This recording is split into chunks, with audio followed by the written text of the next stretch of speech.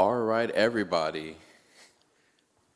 So we are about to start our next portion, and this is going to be with Epic Games representatives Stephen Isaacs of Epic Games and Brian Dickman of Clever Like Studios. So let's give it up for them.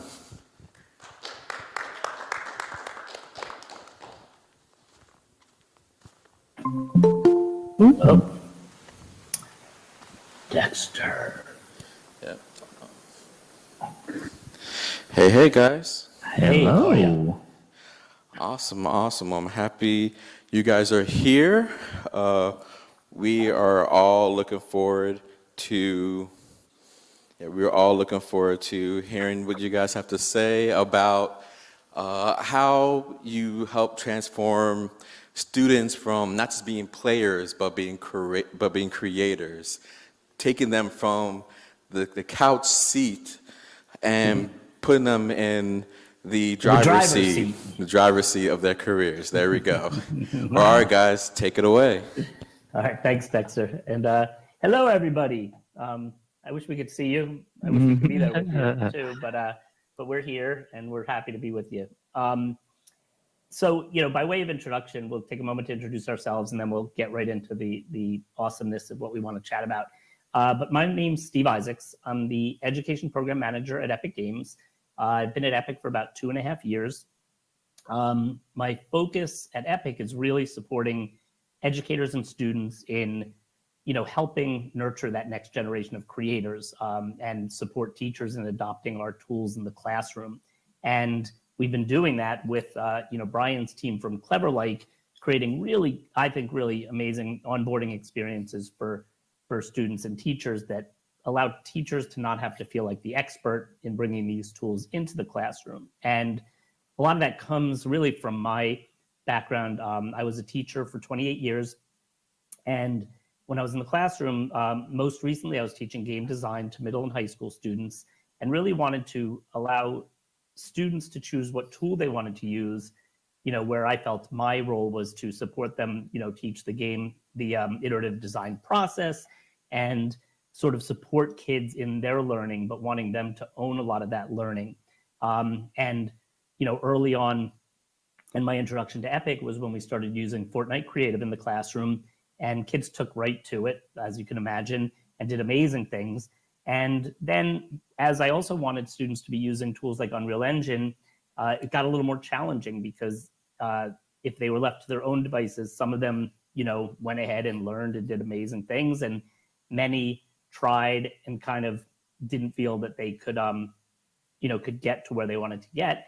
So when Brian and I started working on some projects together, that was the goal. Like, let's find a way to really put these resources in students and educators' hands and, let it be, a much easier transition to using these tools. So that's just a little bit about my background and my role at Epic. And all of that, and I'll hand it over to Brian to share his awesome story. Yeah, cool. Thanks everybody for having us here today. So my background is more along the lines of following this journey of like being a kid that loved computers and learned how to learn to code and connect with friends and collaborate. And the early days, I say, like for us, Discord for me was when we had three-way calling. So Discord looked a little bit like this for hours, but it was, really use that tool to connect and grow. And I ended up pursuing a career in or going to college for computer science and pursuing a career in the internet and software development industries. And after a long, fulfilling career, I kind of tapped into what I love to do, which is I love to learn, and I like to share my learning with other people to make it easier. And that's what's really gotten to the point where we hosted a Minecraft club every Tuesday for 5 years and learned what the kids knew. And what I knew was this perfect complementary skill set. So I was learning from the kids, and where they were stuck, I was helping them. And that, you see the energy, basically, like as a parent, you want that currency, you want to not to be mean or anything, but you want to be able to take something away from them if as leverage, or make sure homework gets done. And gaming was one of those pieces, and kids were you could really pull the most out of those kids and students when they had something that they truly loved and were engaged in. And so as a parent, we're like, how do we take this energy and excitement and motivation and direct it in a way that's going to be really beneficial for these kids while still keeping it fun? And that's the genesis of kind of like what Clever Like is. We make technology easy and approachable. We make gaming a pathway to positive outcomes. And we take kids that are playing video games and we sneak in the vegetables. That's kind of like one of our little taglines. But that's what we exist to do, and that's what we love to do, and that's what we're here to show you today. And Steve has kind of exemplified that in the classroom as an innovative educator, and now with Epic Games. Thanks, Brian. So let's go with it. So, in terms of Epic, a lot of you have probably heard of Epic Games in terms of Fortnite, little game that we developed that many of you probably, little game, maybe a lot of you play, maybe your kids play, maybe your nieces and nephews and neighbors play. But really, it became a huge game, which is created with Unreal Engine, which is our tool. So that sort of speaks to the publishing side, Rocket League, another, big game that is ours and such.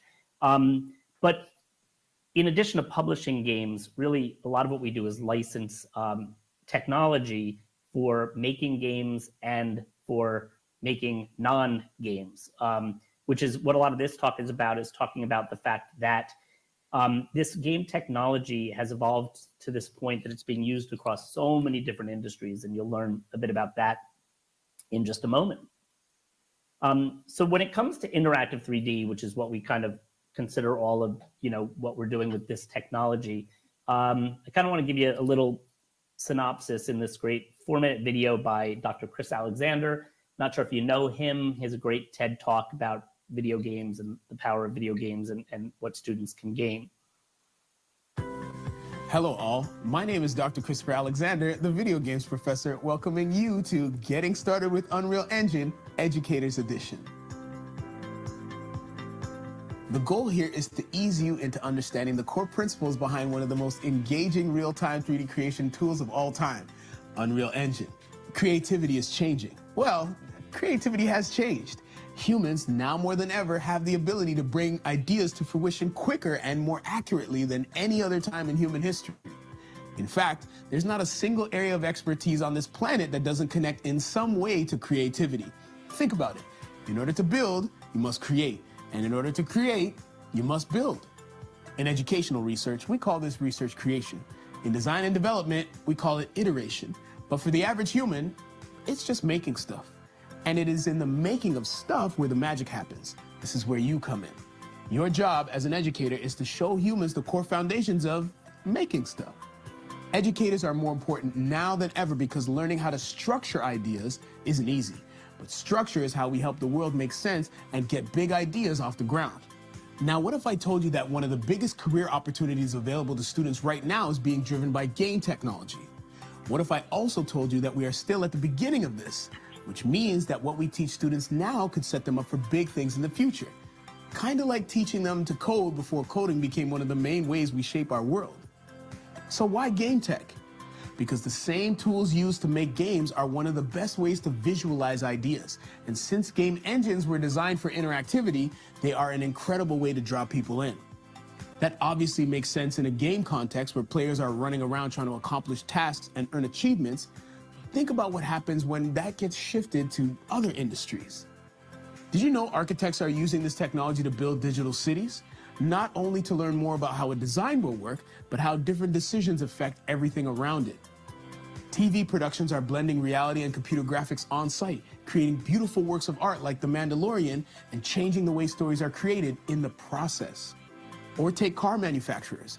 They're designing cars with VR so they can make nuanced decisions about everything from the materials they use to how it feels to sit in the seats. All this with the same technology, real-time technology. So is it any wonder that jobs requiring interactive 3D skills are growing 601% faster than the job market overall and are paying people 57% more than the average salary? Of course not. When something works, the world runs to it. So what can we do with that? In this series, I'm going to show you how you can open up this opportunity for your students, even if you have no design history or technical acumen to speak of. The truth is, the students are the drivers here. You'll be shocked about how fast they pick this up. We are merely facilitators, leading them in the right direction as they move from player to creator. And that's ultimately what this is about, helping them go from people that consume content into a person that can make it. As we've already learned, the tools are the same wherever they take them. So whether that's architecture, films, fashion, music, or even surgical training, if you set them up now, you're giving them access to a lot more down the road. In the next videos, we'll start exploring how you get there, from how to think about Unreal Engine to the pre-made lesson plans you can start using right away. Let's go! Hello all. Let's do it again. Yeah, let's do it again. I love that guy. He's so yeah, electric. Chris is great. Yeah.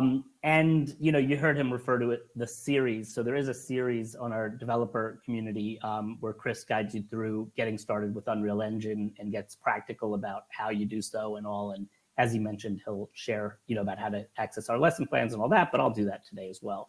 But quite honestly, game technology is powering the future in many industries. I think that was clear from what Chris shared. It's really amazing to see. One of the things I think is really very interesting is that the model for licensing Unreal Engine changed dramatically a number of years ago. It used to cost hundreds of thousands of dollars to license Unreal Engine. It was licensed specifically by AAA game companies that knew this was what they wanted to use to make their games. And then it was changed to being free to license. And, my feeling with all these different industries is that a lot of really smart people got their hands on this technology and saw what they could do and then informed us in terms of their needs. And we continued to develop to support those different industries.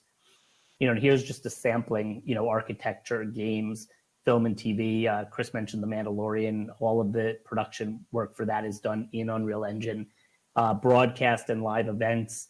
If you watch, sporting events, especially on Fox Sports, they have really intricately tied in this technology to everything they do, and all of the interesting graphics and AR stuff that you see is done in Unreal Engine. Training and simulation, manufacturing, fashion, advertising. So, we set kids up with these opportunities. Certainly, the fact that it's this game technology is a great hook, but if they learn this technology, we're definitely supporting them, in preparing for careers in a multitude of areas. In the video, Chris mentioned the real-time job market has grown 601% faster than the overall job market. That's pretty remarkable. And the salary, reflects that. And, again, there is such a demand for kids and people that have these skills that, we have an opportunity to support them in that. The full report that has a lot of these statistics and information was done by Burning Glass Technologies and can be found online. So our team, and the work that we do with Brian and CleverLike is really to soften the learning curve and to make this technology as accessible as possible. And really, again, to sort of take away that intimidation in teachers and feeling they need to be an expert. So many of the resources kind of go with what Chris was talking about in terms of the kids being the ones that get it, and they gravitate towards it and really pick it up quickly. We can be there to support them and facilitate that process. And, always worth mentioning, no charge for education for Unreal Engine, Unreal Editor for Fortnite, Fortnite Creative, Twinmotion, and all of our other tools. And, Chris also mentioned, the notion of this pathway from player to creator, which is really sort of our guiding light, on our team. The power of a game like Fortnite and how many people are playing and familiar with that environment is a great starting point. A number of years ago, we came out with something called Fortnite Creative. which allows you to work within Fortnite and build experiences. So you have access to all of the devices, all of the prefabs and galleries, all the assets in Fortnite to build right in the Fortnite environment. Similarly, or sort of similarly, we have a tool called Twinmotion that educators have grown to really love because it's a visualization tool that works really well with like digital storytelling and across all content areas because it's a very easy tool to get into. So those are sort of bring us along this player to creator pathway for sure. And then, you know, Unreal Engine is this industry standard tool, as I mentioned, used in all these different industries. But when I was in the classroom, my real goal was to get kids from Fortnite to Unreal Engine. And and there was this gap because Fortnite, you're working in this sandbox game environment, and Unreal Engine put you right in this industry standard environment. So there was a bit of a learning curve for sure. And I was always hoping for there to be something in between. And last March, we released something called Unreal Editor for Fortnite, which is exactly what I wish we had when I was in the classroom, because it has all of the assets from Fortnite, all of the functionality and gameplay and game mechanics available for Fortnite, but you're learning and building in the true Unreal Engine environment. And then when you launch your session or save the product, you're opening it right in Fortnite. So kids are creating in Unreal Engine, but pushing that content right into Fortnite. So immediately they're seeing their creation in Fortnite with all of the mechanics of the player moving, running, jumping, all that built in, the game devices available to use, and collaboration in terms of working in the editor or in the Fortnite creative mode that I spoke of. So it really, and furthermore, the potential for professional like build teams currently from an entrepreneurship standpoint, from a true career standpoint, the creator economy for Fortnite is allowing so many people to publish content and monetize that, based on engagement in the game. And then, talking about some of the learning opportunities, Brian and I, this was one of the earlier projects we worked on, an Hour of Code series in Fortnite Creative.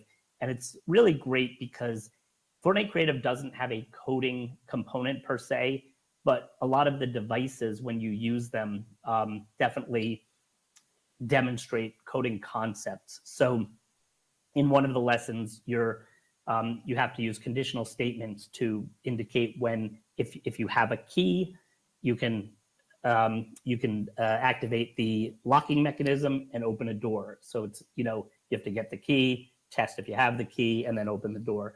The music lesson has students working with the music notes, music blocks in Fortnite and creating loops using something called the sequencer.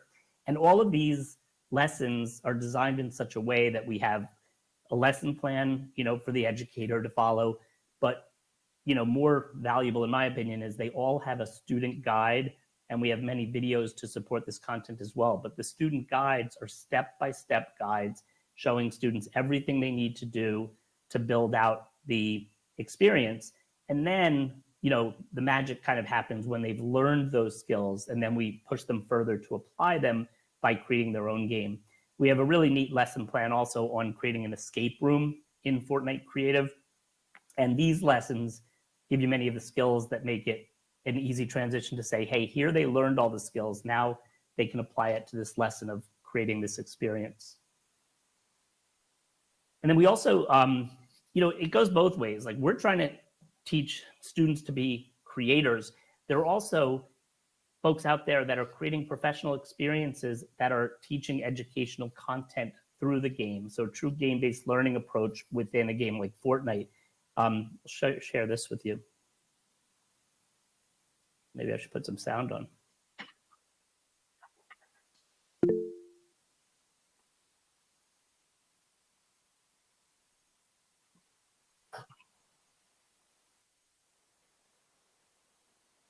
Did it open up in a different window? Oh, do you not see it? Yeah. That's a problem. Okay, scratch that. Thank you for, let's see, how do I get out of that? Oh, bummer. It's the YouTube video that's showing. Well, the March, I'll put a link in the chat, Yeah. so maybe Dexter can provide the links to everyone. Please. That We could show that later, perhaps too. That might happen with a few other things now that I think of it, but that's all right. But anyway, this experience, March Through Time, is a Martin Luther King experience where students are in the Washington Mall. Dr. King's speech is playing on a number of jumbotrons in the mall. There's a civil rights museum within the experience and such, and that was created with Time for Kids. And really, a great example of what can be done in terms of bringing, meeting kids where they are, bringing them into this experience, but teaching them important skills and important concepts and ideas. Then, we also have a lot of lesson plans, both in Fortnite Creative as well as Unreal Engine and Twinmotion, that all cover a variety of different content areas. We'll provide resources to Dexter after, also in terms of where you can access a lot of this content. We also, not long ago, worked with Ben Kelly, who's a great educator up in Canada, who does a lot of work with the United Nations Sustainable Development Goals. So far, we have 3 of these published. We have a few more in the works. And for example, the first one, is a climate action activity. And in this idea, we're giving kids the opportunity to create solutions to real world problems in the game using the game technology. So for that one, for storm shields, they're challenged with the problem of rising waters and how do we protect our area from that. And this gives students this opportunity to create an experience and then discuss. So it's a lot of design thinking, creating the experience, sharing how they accomplished this. Oh, and here's another, let's see if this video will show in screen. Hopefully it will. Let's see. This is great. This is Unreal Editor, that tool I was talking about that bridges that gap and teaches kids within the Unreal Engine environment. Not just kids, I mean, many professional adults are using this tool for sure. It's working.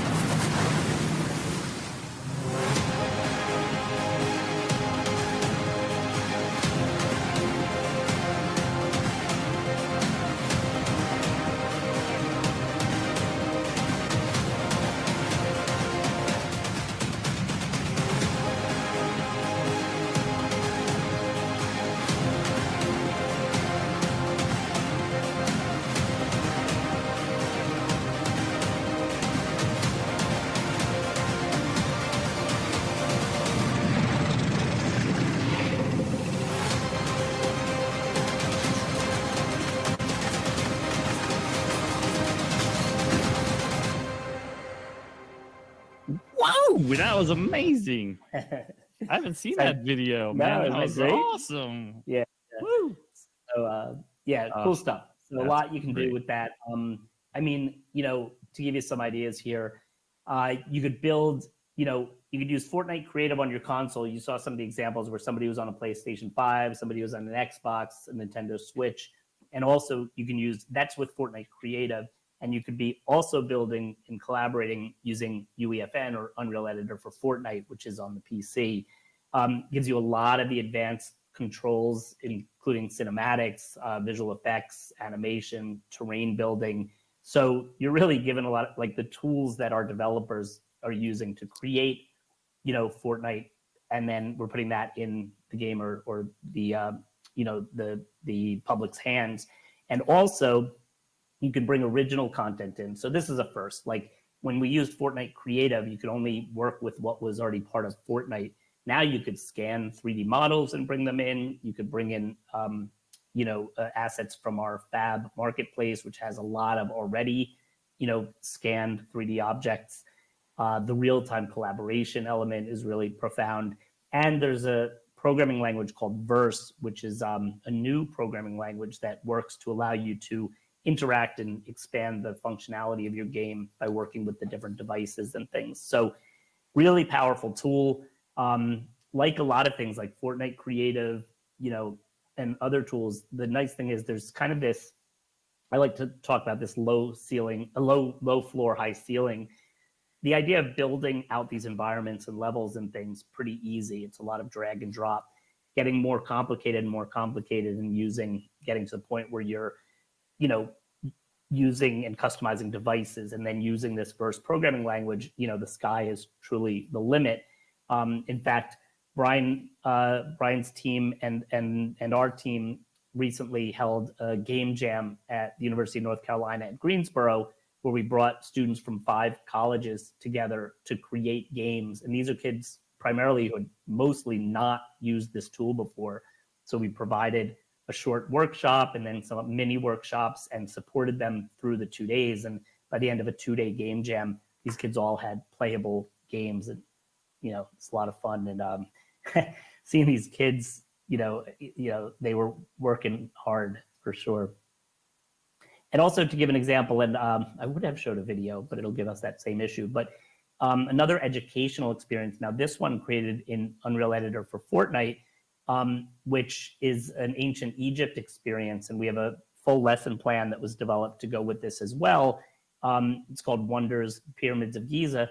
And it really totally demonstrates the idea of making an experience that looks nothing like Fortnite, but happens to live in Fortnite and benefit from the functionality and gameplay of Fortnite. And then we've got, Unreal Engine, and, similar to what I was saying with Fortnite Creative is we've created a great number of resources to allow students to learn, create their first game through 5-hour of code lessons, and then again, expand upon that. All of these have student guides with step-by-step, directions, as well as video tutorials and such.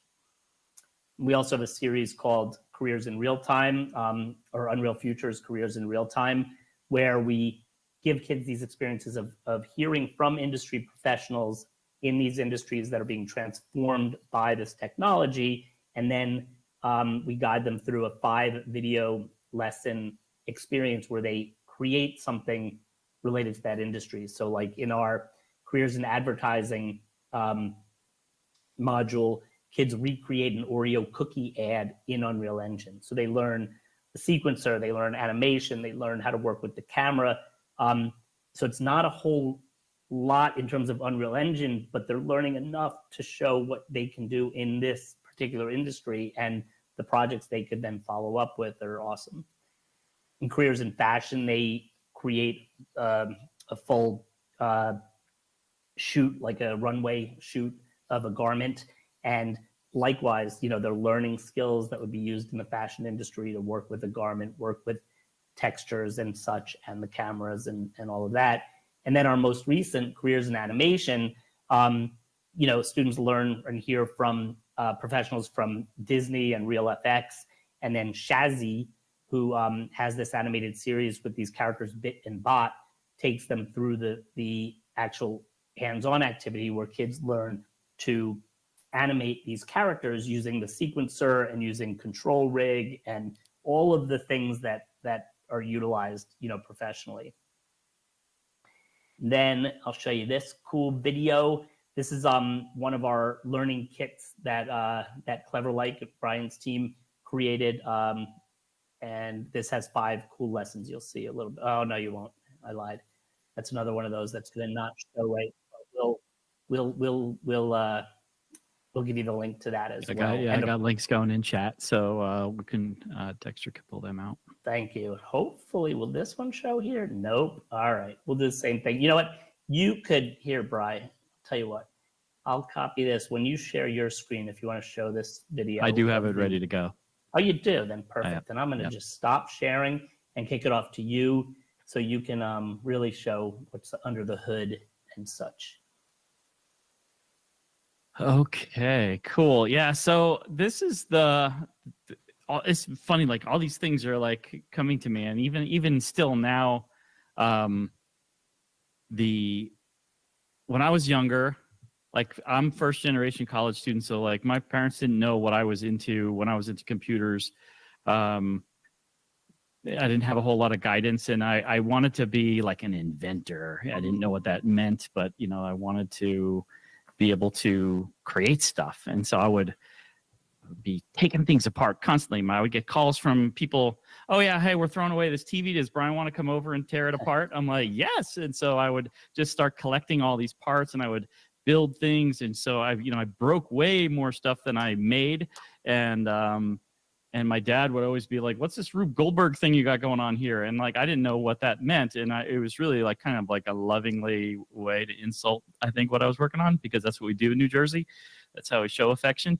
But for it starts to come back to me like, yes, like it's not about like, because you think of this, you've got the Mandalorian and all these like really big names, heavy duty production, and you have to realize like everybody needs to create Rube Goldberg machines. They need to have the freedom and space to play and create, and not judge it for like how it compares against those things, but how it compares against their own level of inspiration, and a personal achievement. And so that's what makes this Rube Goldberg kit so exciting, is that it provides the opportunity. It's kind of like, hey, we're telling you to intentionally make something obnoxious and fun and silly, because that's the goal of the lesson. But actually, that's like giving you space to not judge yourself against some mark that's unattainable for a beginner. So yeah, like all of these things just continue to connect and make sense for what, a great way to get the kids started in these things. So the Rube Goldberg kit, that's kind of how it was inspired. We're teaching educators like chill out, like it's cool. I know, Unreal Engine is intimidating for a lot of people. It's used for heavy duty stuff, but the thing you have to latch onto is that the skill set, the core, this transferable skill set that kids are building through video games is like a superpower in this space, right? And the other part of that is that you probably haven't invested as much time as the students have invested in that superpower. Your superpower is being an educator and a director and a mentor, and really like helping guide students towards what's ahead of them that they don't see, that you've been able to see. And so what a great complementary relationship you have with students in these environments, because you really can kind of piece something really special together. And so that's what's exciting about the Rube Goldberg learning kits, is that we provide all of the details, kind of like Chris's video was saying, like for you to be a facilitator, a confident facilitator, and supporter of letting the students kind of run wild with it. So we have a kind of like a central link that sends you to a bunch of the links that Epic hosts for the Rube Goldberg Learning Kit. So if we go to this first link here, which is kind of like the kind of like an online course version of it. So Rube. So I'll just throw that in the chat as well. So that's in there for the record. So the nice thing about this is you get to see the resources that we have put together for you. Then remember, like one of the things that's special for me in the foundation of creating Cleverlike is like, I want to approach things as a first-time learner in a way that wants to break something down for the next first-time learner. And so like I'll learn something complicated and deconstruct it and realize like, oh, this is such an easier way for the next person to learn this. And that's basically what we deliver, is our kind of curated way of learning something that's complicated in a more fun and rewarding way. So if we go into we have 6 lessons. There's 6 simple machines. Each one is featured. Each topic is featured as its own separate lesson. And what you get is you get a teacher lesson plan with standards and objectives and rubrics. And then you also get a student guide, a step-by-step student guide. So I'm going to show you real quick the lesson plan. The teacher lesson plan is for each of the simple machines. And so you can see you have overview, purpose, the objectives, essential questions, the materials you need, with links to those resources that you would need. So these are kind of like these preliminary setup type things. You could kind of launch out into those. Things for different hardware requirements, some vocabulary, agenda, contact information for support, getting started, checking for understanding the challenge and how you're going to facilitate this. So okay, so this is the cadence on all of these, right? It's interface challenge. It's like interface activity, right? Interface activity 1, interface activity 2, and then interface challenge. And then what we're going to do is, after we go through that cadence, where what we're doing is kind of, and I'll show you a demo of it, we're kind of sneaking in the iterative workflow process to get students more comfortable with the environment by doing something simple over and over again. And so every single lesson is try to accomplish this. Oh, you're close. Try it again. Oh, you're close. Try it again. Oh, you're close. Try it again. Okay, now that you have the hang of it, new challenge. Try to put a couple of pieces together, and now you're taking a step back and you're iterating that whole process over again and iterating it to get some confidence. And then we're like, hey, like you're getting pretty good at this. Let me show you one really cool thing that's built into the Unreal Engine that teaches you about materials, particle effects, audio, models and meshes and designing and things like that. So they give you one little, and chaos fracturing, the way to make objects shatter and fall apart. So it's really fun rewards that are built into the engine that are these like really nice skill sets that will transfer into the distant future of their, if their interactive 3D journeys in their careers and through the remainder of their school. So that's kind of the way the lesson plan goes. You could see rubrics, standards alignments, all that stuff that you would need on your desk and, at home as you're reading material on the weekend, getting ready for offering these things. Not that you would ever work on the weekends. I mean, come on. What did I say? Okay, so we have the student guide is step-by-step, lots of pictures, lots of labels, bold text, kind of highlighting what you do, nice little arrows annotating every single step of the way. And the nice thing about all of that is that we have in every one of these, in this course, we have videos that are step-by-step that actually walk through executing the student guide. So these multimodal kind of learner opportunities. If you want to learn through video, you can learn through video. If you want to learn through a printout, you could print out the student guide, or you could follow it online. So however you choose to learn, you have those capabilities already there. Every single detail to get you through the lessons and activities is built into this lesson plan and student guide. And we also have some bonus PowerPoint slides that teach about simple machines. So if you want to kind of embed the physics and the science of simple machines into your lesson, we have wonderful animated PowerPoint presentations that explain what the simple machines are, how they function, and it's really nicely well done supplemental information. Okay, so this is I'll show you one of the examples.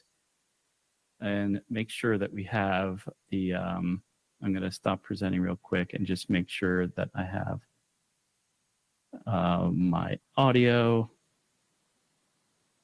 shared for this one. Okay, so let's just play this real quick so you can see an example of what a Rube Goldberg machine might look like.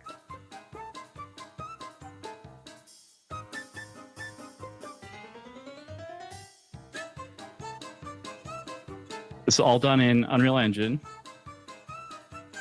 with the assets provided in the Learning Kit, which is free and available for everyone.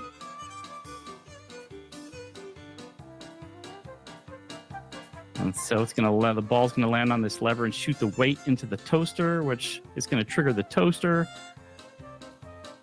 to shoot some bread at that can, which triggers another set of dominoes here. You could lay thousands of dominoes in seconds with this tool, which is fun. Cheating. Oh, the pulley kicks the skateboard. I love this one. The ball that the bowl that was holding the ball, and now the elevator. This one was tricky. I had a hard time getting the ball to be consistent. So you could see I used some rubber ducks to guide the ball, a bowl to get pushed over. Nice little ramp.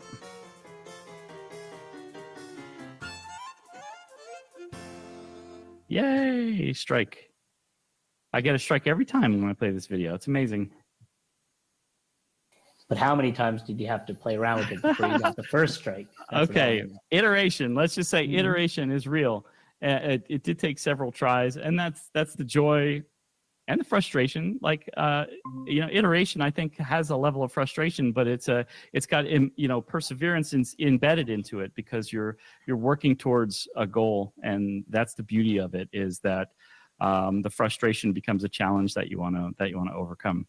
And if you're the kind of person who likes to get noticed on a global stage, we have the Rube Goldberg competition, which is active now. We're accepting entries for the remainder of the month of November. So if you have the students and the resources to get involved, this could be your opportunity to kind of put yourself into a global stage, and also kind of motivate you to your students to dive in with a kind of a fixed deadline. In the software business, we always relied on the trade show to ship the product because you can never change this trade show date. It would always ship the product. So I love these kind of like embedded deadlines that other events create for you. So, I say use it if you can.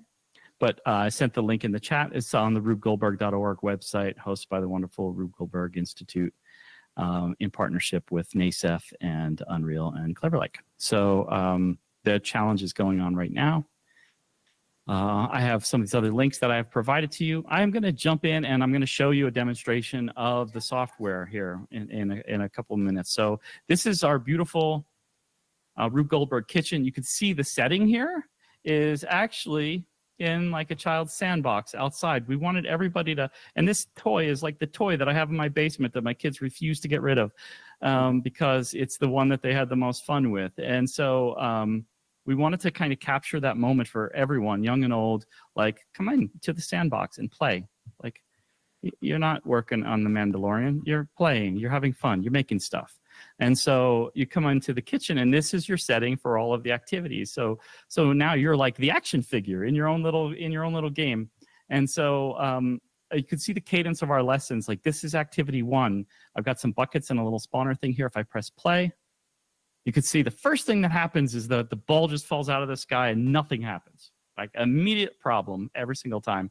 And so how do we solve that problem? This is when we introduce our first simple machine. So we show students how to go into their content drawer and how to go into the different folders and navigate and go and grab an inclined plane.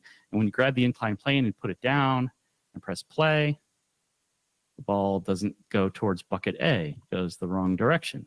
So what you could do is now figure out how to use I call it the gizmos and widgets. Gizmos and widgets. This is like, how do you move objects and yourself in three-dimensional space? I don't know if everybody else is experiencing the same, but in the video, you don't really see the ball moving. So just to give a little color here, what that inclined plane Brian has there, when the ball falls on it, it rolled down it. But there's something weird about the lag, I think, in the Okay, cool. Thanks. video. Okay, so what I did was now I had to move the object, I had to rotate it, I am on a 2D interface in a three-dimensional world, which means I have to physically navigate in that space, at least two different directions, to kind of mimic the fact that I like eyeballs looking at things and getting depth perception. So I move around, so I'm learning how to move myself, I'm learning how to move objects and manipulate them, and I'm changing the attributes of this inclined plane to potentially get the ball to land in bucket A. So let me see if I could play, see what happens.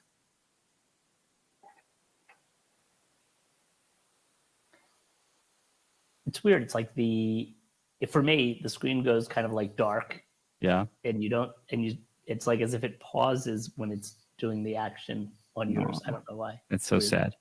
It's Google Meet thing. maybe too much power. Yeah, but it's cool. It's really cool. Yeah. Ball rolls down inclined plane, goes into bucket. Yep. So that's your first little bit of success. And then we're like, well, how do you get it to bucket B, which is placed further away? And so you need to get it to go faster, and you need to manipulate this object differently.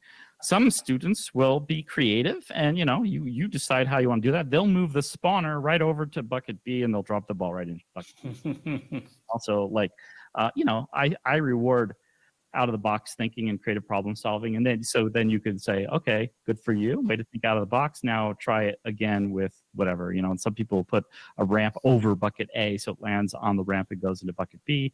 Some people will make the ramp the inclined plane larger and steeper, and get the ball to go faster so that it goes over bucket A. But what a great way to kind of let people have the freedom of problem solving in this creative space.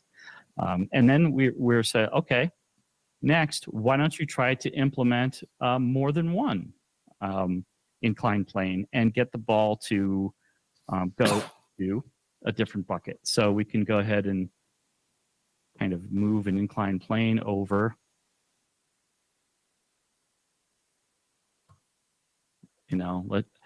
This is probably going to be awful, but we're making stuff. And so I'm going to try this here, see if I could kind of get it to head towards this bucket C. And since you can't see it, I'll just narrate it. And I'll be like, oh, and then first try. Actually, I'm looking really good. Too slow, though. It's going to fall short. It went in. Honestly, it went in. I swear. Funny, we see it now on its way in. It's like, oh, there we go. We see it. Just have to be patient. Okay. Yeah, I mean that was lucky. And so the students that are kind of excelling, you could just like we did in the robotics lesson. Whenever a student's like, done, and then all you have to do with those robotics students say, make it go faster, because when you say make it go faster, it ruins everything, and they have to start over, which is great. So then you compete for time, which is a way to kind of like create more demanding output from students that are excelling. And in this case, you could say, okay, how many different ramps can you connect in order to make that happen? And so this is the activity one, the inclined planes. And there is a kind of challenge activity, and then also a bonus reward that we can bring in that shows them how to make like a confetti particle effect burst when, which I'm not going to bother showing because of how laggy it is, but you'll probably miss it. But it shows the Niagara particle effect system, which is like the tool under the hood that is what runs all the visual special effects in the big industry. We're just making confetti pop out of a bucket, but it's the same exact tool set that somebody at Lucasfilm or somewhere else is using to create some of the most sophisticated visual effects in film and television. So that's the beauty of this. We're leveraging student strengths, their comfort, their motivation. We're giving you as an educator all the tools that you need to feel confident to get this into their student hands so that you don't have to catch up to where they are, because honestly, you won't do it. It's hard. They're so far ahead of us in a lot of that regard. And you just need to help facilitate, guide, show them the outcomes. You know the road ahead for them, and the underlying skill set they're going to be building through kind of staying with this and continuing to make stuff, make more Rube Goldbergs, and your outcomes will be amazing later in the future. One of the things about the way as Brian mentioned with the Rube Goldberg Learning Kit, it goes through like 6 lessons. Each one probably takes about an hour, but they cover all of the simple machines that students would be using. And then the culminating activity is, of course, to build a full Rube Goldberg machine, which, again, if you are able to, if you're that type of teacher that goes to a professional development on Saturday and wants to start using it in the classroom on Monday, your kids can spend the week, learning, and then the next week or two creating a full Rube Goldberg machine using all of the simple machines, and then, love it for you to enter the contest. And there are 2 divisions too. There's a junior, which is kids 17 and under, and a senior division, which is 18 and over. So it's really open to anybody.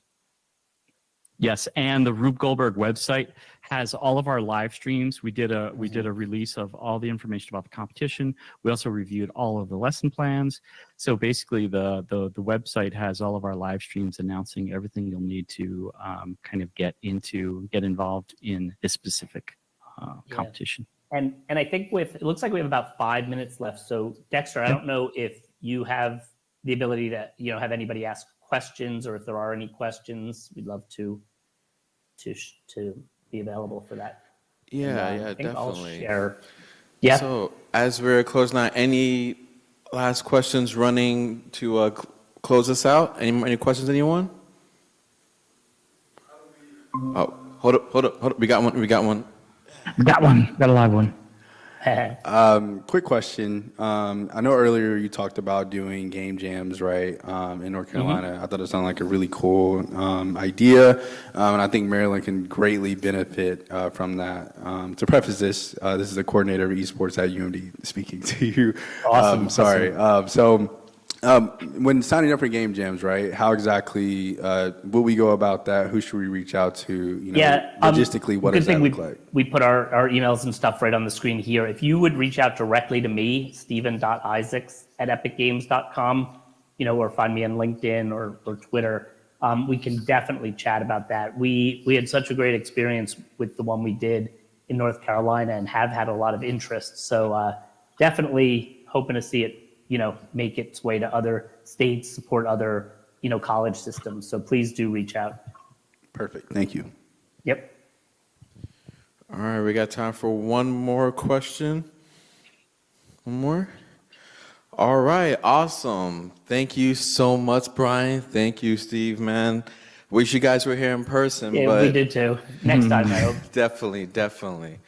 Well, everyone, thank you so much, and let's give a round of applause to Brian and Steve. Have a great rest of your day, everybody. Thank you.